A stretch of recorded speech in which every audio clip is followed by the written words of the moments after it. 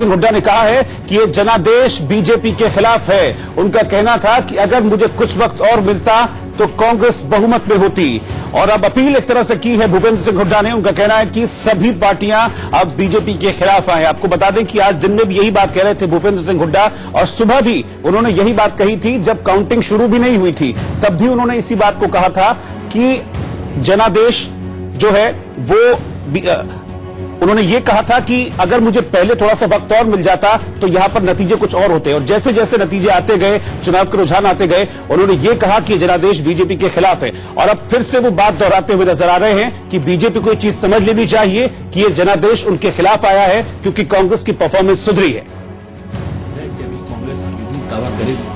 जो जनादेश आया है हरियाणा के लोगों का, वो बीजेपी की सरकार के खिलाफ आया है। वहां की प्रदेश सरकार ने कोई काम किया नहीं हो, तो जनादेश का सदा सम्मान करना चाहिए। जो जनादेश लेके आए हैं, बीजेपी के खिलाफ लेके हैं, उन सारे पार्टियों को, चाहे इंडिपेंडेंट है, चाहे इनेलो है, चाहे जेजेपी है, चाहे कांग्रेस है, चाहे और कोई पार्टी है, उनको सब एक होकर जो है एक जनादेश की सम्मान करना चाहिए और एक मजबूत सरकार बनानी चाहिए। सर, आप अपील कर रहे हैं, आपने अपील जो है बहुत पहले इस बात की करी है, लेकिन अभी तक कोई जवाब वहां से नहीं आ रहा है। और इंडिपेंडेंट विधायक लगातार टच में, बीजेपी कह रही है कि वो सरकार बनाएगी, प्रधानमंत्री हो चाहे बीजेपी के अध्यक्ष हो, वो कह रहे हैं कि उनको जीत मिली है। तो भूपेंद्र सिंह हुड्डा का साफ तौर पर कहना है कि थोड़ा सा वक्त अगर और मिलता तो चुनाव के नतीजे कुछ अलग होते। हमारे साथ इस वक्त रजत राकेश टंडन है और उनके साथ भूपेंद्र सिंह हुड्डा खुद मौजूद हैं। सीधा उन्हीं के पास चलेंगे। रजत, सवाल यहां से यही है, क्योंकि पहले भी भूपेंद्र सिंह हुड्डा इस बात को कह रहे थे और एग्जिट पोल को वो नहीं मान रहे थे। अब काफी हद तक फेवरेबल है चीजें कांग्रेस के लिए, लेकिन जो दिन में कह रहे थे कि 100% सरकार हम बनाएंगे, वो कैसे पूरा करेंगे? बिल्कुल, देखिए, खुद हरियाणा के पूर्व मुख्यमंत्री, और कहा जाए कि इस समय अगर सबसे ज्यादा बातचीत किसी की हो रही है कि वन मैन जो था जिसने कांग्रेस के लिए हरियाणा को पलटा फिलहाल, वो भूपेंद्र सिंह हुड्डा। और हमारे साथ लाइव मौजूद है, बहुत शुक्रिया इंडिया न्यूज पर बातचीत करने के लिए। चर्चा इसी बात की है कि सिंगल हैंडेडली आपने पूरा कैंपेन लिया, कम वक्त था, आगे क्या हुड्डा साहब अब यहाँ से? देखिए, अब जो है नतीजा आए हैं, जो जनादेश आया है मतदाताओं का, वो जो हरियाणा की बीजेपी की सरकार उसके खिलाफ आया है। मेरा ये मानना है कि जो जनादेश लेके आए हैं उसके खिलाफ उन सारी पार्टियों को मिलकर एक मजबूत सरकार बनानी चाहिए। क्या जेजेपी, क्योंकि एक फैक्टर इस चुनाव में हमने देखा, जिंद में भी हमने देखा था कि सेकंड पोल जेजेपी ने किया था, इस चुनाव में एक फैक्टर जेजेपी होके आया है। क्या आपकी कोई बातचीत हुई है? क्योंकि कांग्रेस में यही कहा गया कि हरियाणा में जो भी डिसीजन होगा वो सब कुछ आपके ऊपर छोड़ा गया है। पार्टी ने आपको एक फ्री हैंड दिया है कि आप जिससे चाहिए बात कर लीजिए, जैसे भी हो आप आगे बढ़ सकते हैं विधायकों से बात करके। क्या कोई बातचीत आपकी या आपके किसी साथी की जेजेपी में हुई है? क्या कोई बातचीत का दौर शुरू हुआ है?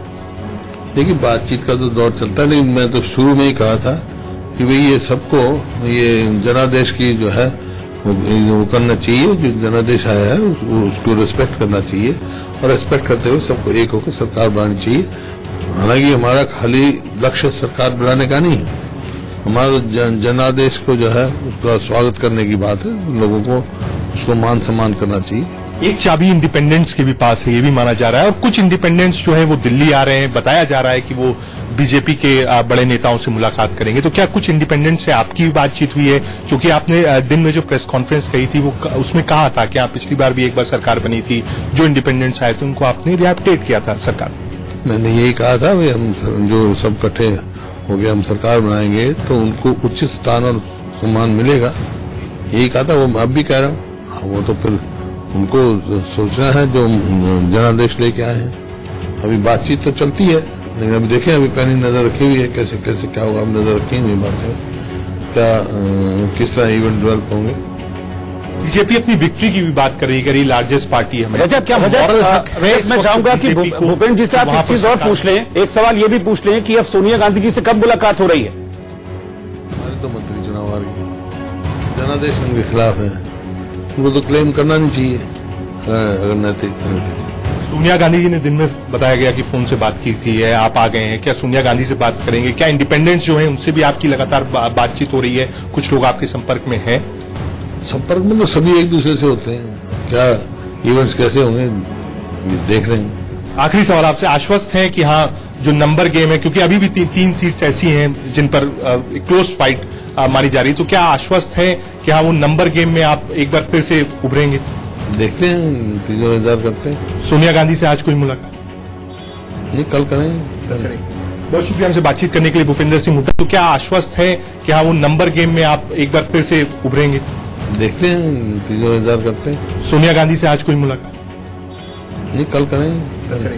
बहुत शुक्रिया हमसे बातचीत करने के लिए भूपेंद्र सिंह हुड्डा साहब साफ कह रहे हैं कि हाँ जो नंबर गेम है उसमें वो लगातार नजर बनाए हुए हैं। इंडिपेंडेंट्स हो या जेजेपी हो, सबसे संपर्क साध रखा है कांग्रेस पार्टी ने। ठीक है रजत, बहुत बहुत शुक्रिया आपका इस पूरी बातचीत को हम तक पहुंचाने के लिए। तो भूपेंद्र सिंह हुड्डा को आपने देखा, आप सुन रहे थे और दिन में तेवर थोड़े अलग थे, कह रहे थे 100% सरकार हम बनाएंगे, लेकिन अब चूंकि इक्वेशन इतनी फेवरेबल नहीं है इसलिए वो कह रहे हैं कि देखते हैं आगे होता क्या है। कल सोनिया गांधी से मुलाकात